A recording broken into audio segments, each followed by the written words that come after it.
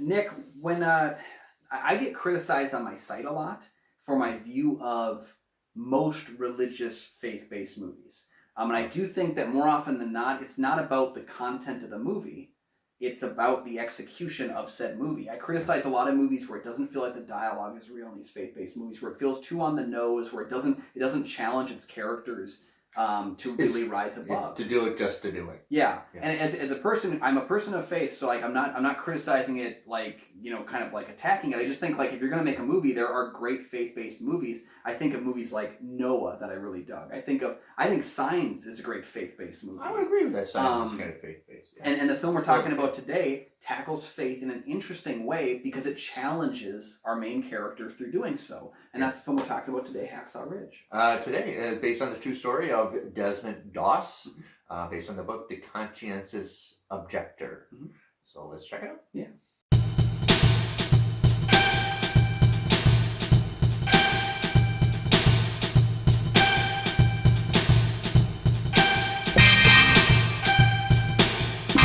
Back to the show. I'm one of your hosts, Kyle Goethe. I'm Nick from the St. Paul Filmcast, and thanks for watching. If you're new, it's simply just a review show. Hoping it entices you to watch it yourselves. If you've seen it before, add a like or comment or subscribe. If you're a regular viewer, thanks for continuing to support us. And also, check out the options for the Patreon. Become a member and kind of tell us what to do a little bit. Today, we're going to talk about what's considered one of the best movies of 2016. It got a lot of Oscar nominations.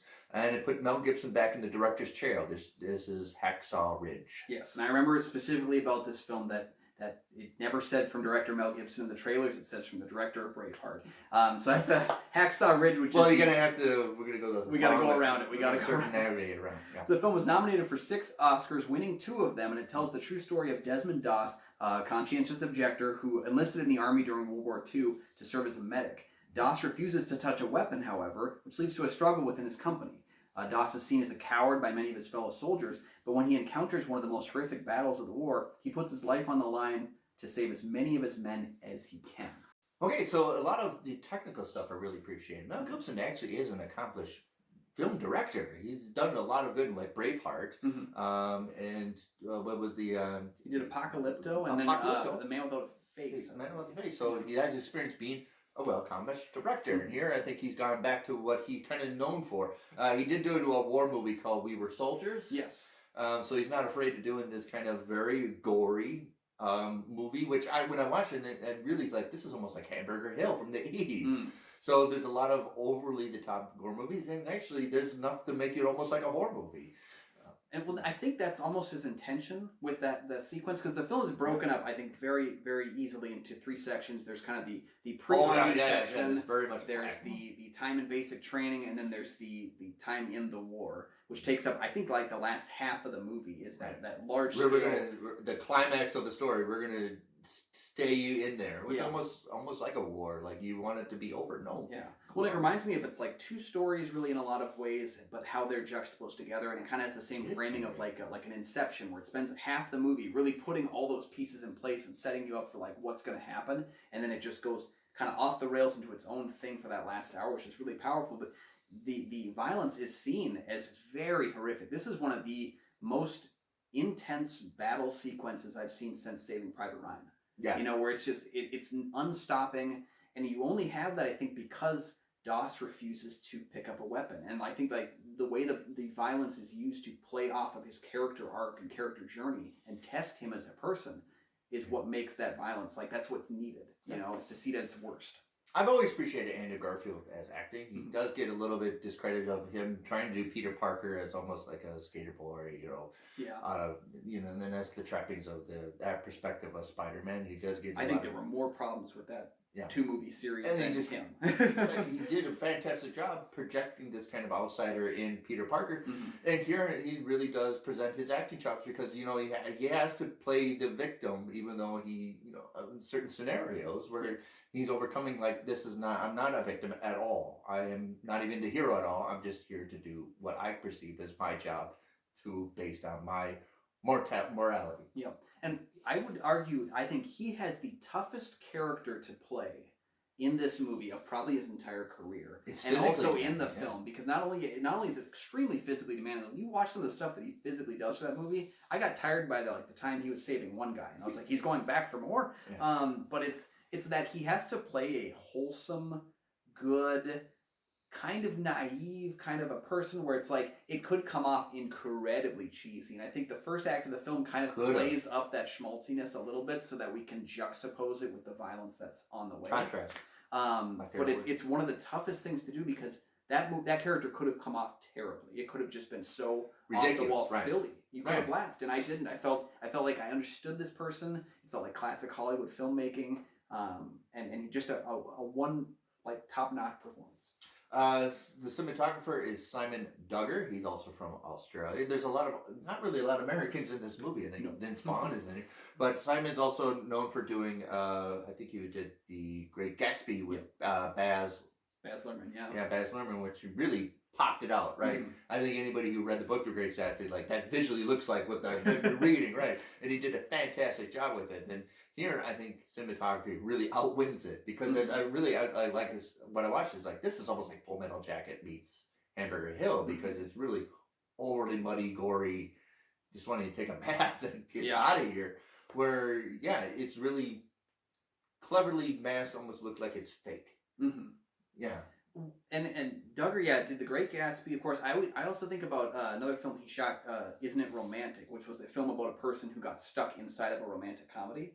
And the way that they play up the idea that like they're in a romantic comedy, so everything's bubbly and bright and popcorny, you know, almost like Stranger Than Fiction. If I remember. I think that's what's interesting is that he seems like a cinematographer that knows how to work with a director's vision. Because again, with The Great Gatsby, it's a very different looking movie than Hacksaw Ridge, but it's a very Baz Luhrmann film that's shot very, very well. And this is another case of a movie I think is shot gorgeously, and also the bright schmaltziness of the beginning with the intense battle sequences at the end and kind of the rough dirtiness of the basic training are three sections of the film shot differently that each kind of fit a Mel Gibson movie. So it's over stereotypically, like he meets the girl that he really loves, and it's almost angelic. Yeah. It's whiter than white, and you're doing backgaffing where the light is coming from everywhere, where it's almost so bright because that's how he perceives her. Yeah. And then the war is so gritty and often mucky, right? So that's the contrast. And Mel, I think,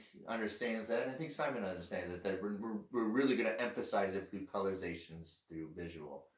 Yeah. The story. Yeah, and I think casting Teresa Palmer to play Dorothy, I think it's a smart move because it's not hard to fall in love with Teresa Palmer in that role. I think she's a very bright and shining person. Big eye.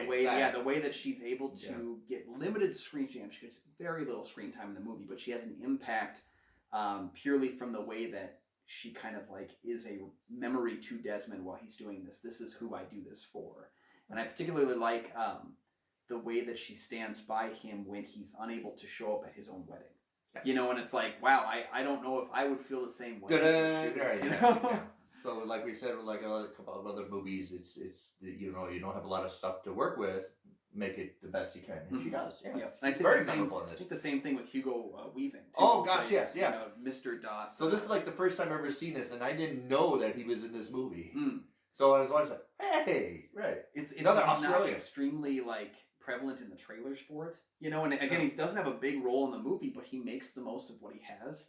And again, I really like that scene where he's been through the Great War at the time, and he doesn't understand why his kids would want to do this. This isn't don't do this. You're going to become broken like I am.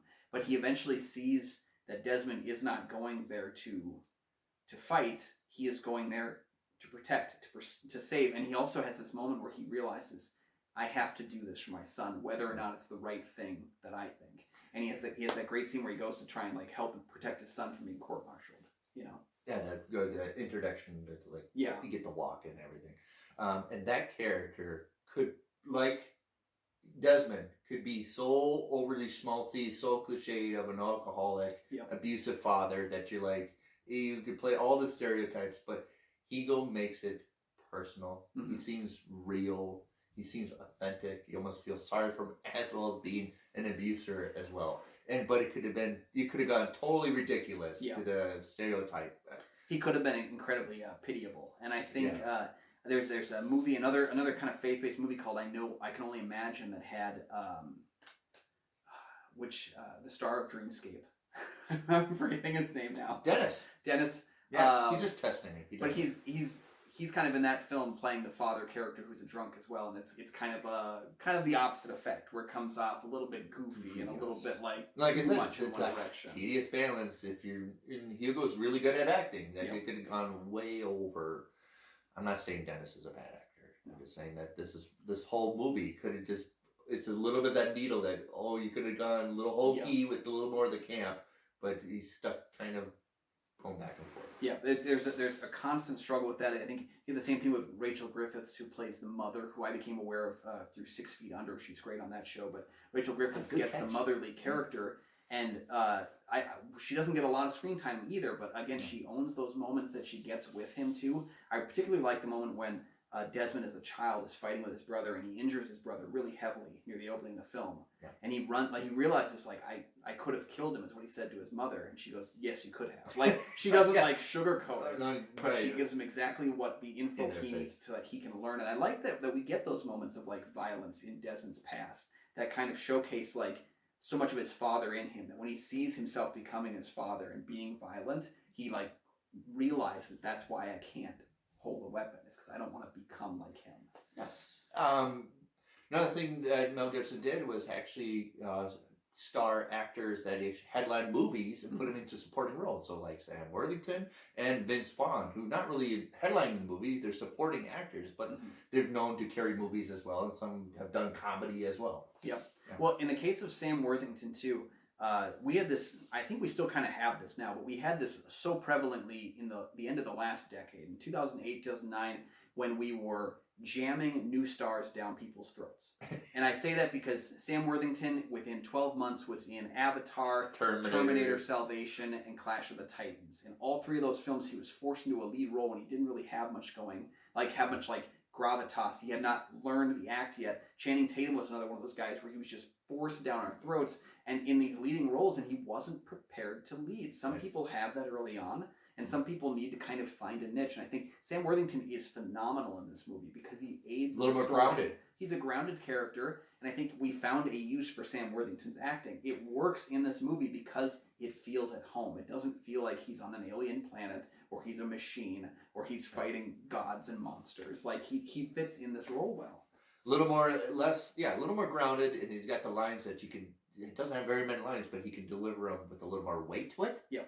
Because he has a little character, has a little more weight to it. Here, Vince Vaughn is going to do what he does best, is being a pain in the butt. Yeah. It's his job.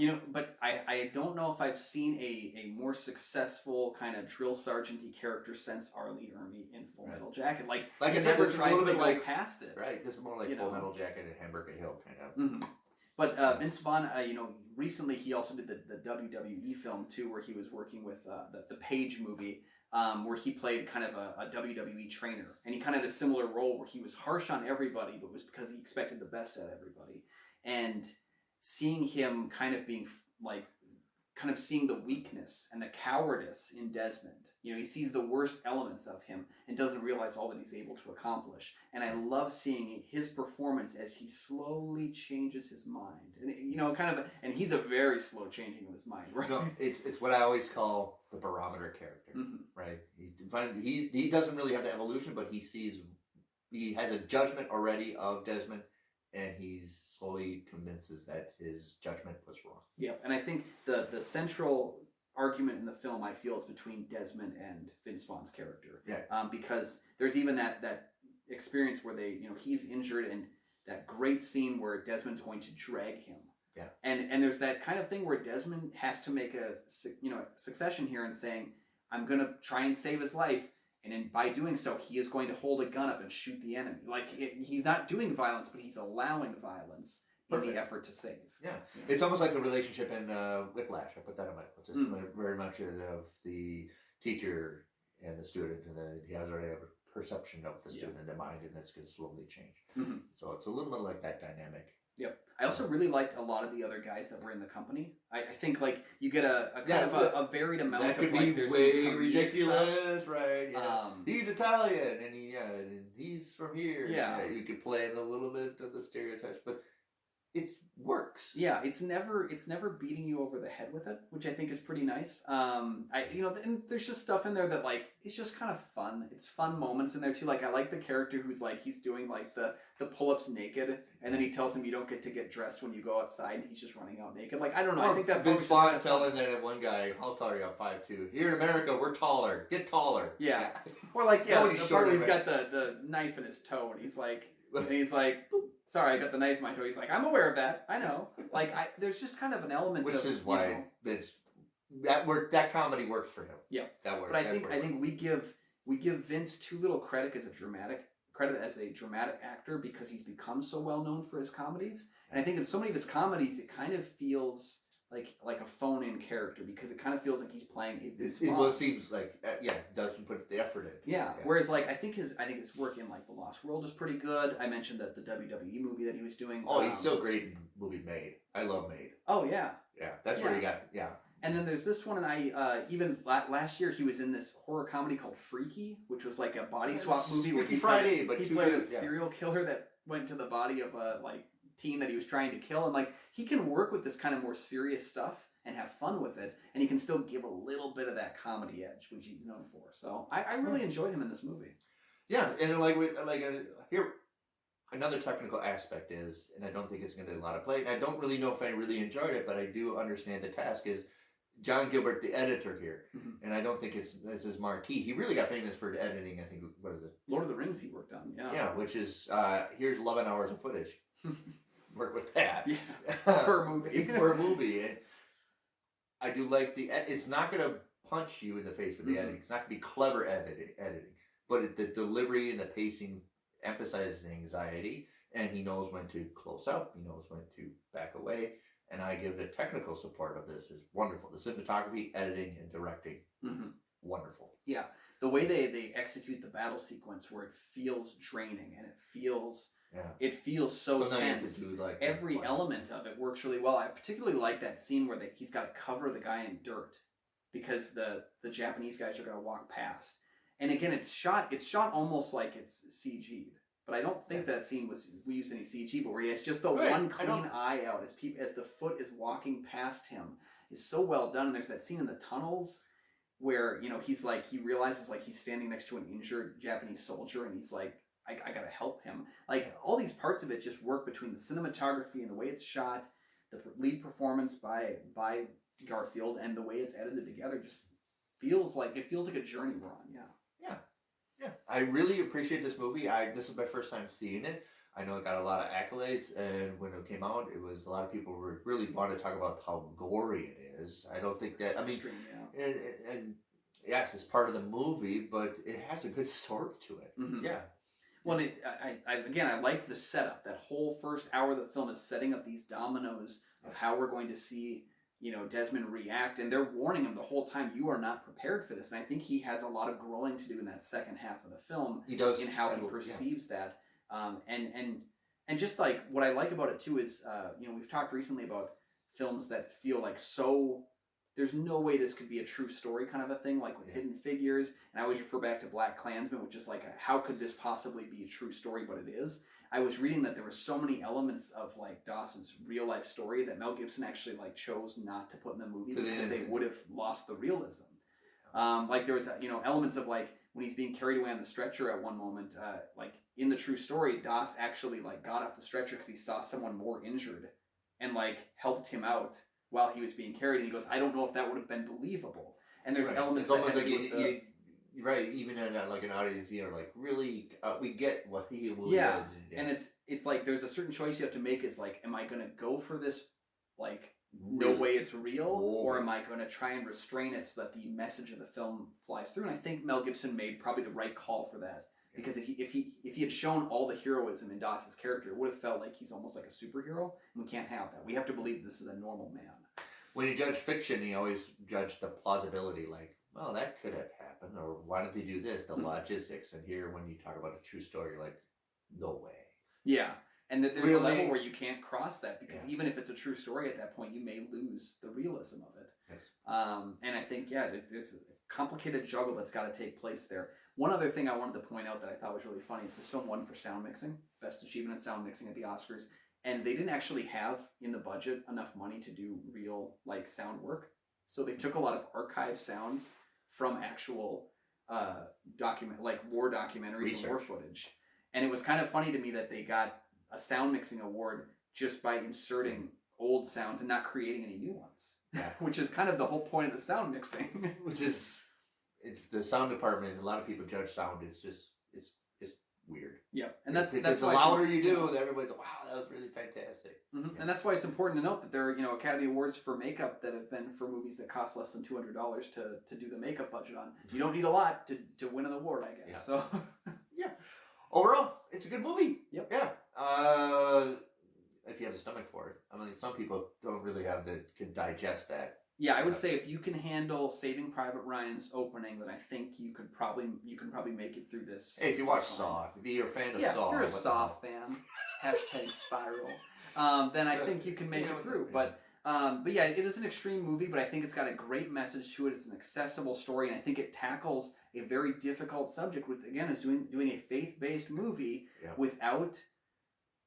With a believable kind of side to it. It's plausible. Yeah, and it's a film that I think doesn't beat you over the head with the message constantly, but it tells you exactly what his character is doing. Exactly. And it just gives you the story, and it doesn't say this is what you have to believe, but this is what he believed. And I think that's really tough to do. Again, I didn't see this movie until after I put together my top 10 of the year, but I guarantee it would have been on my top 10. This was my favorite of the Best Picture nominees that year. I remember that much. So let us know your thoughts in the comment section down below. Are you a fan of Hacksaw Ridge? Where do you kind of think it sits with Braveheart, Apocalypto, and The Passion of the Christ? And where do you think it sits in Mel Gibson's director filmography? Let us know in the comment section down below. Yeah. As Nick mentioned, don't forget to like, subscribe, check out that Patreon. Tell your friends, girlfriends, boyfriends. Yeah, tell everyone. Shout it from the mountaintops. Yeah.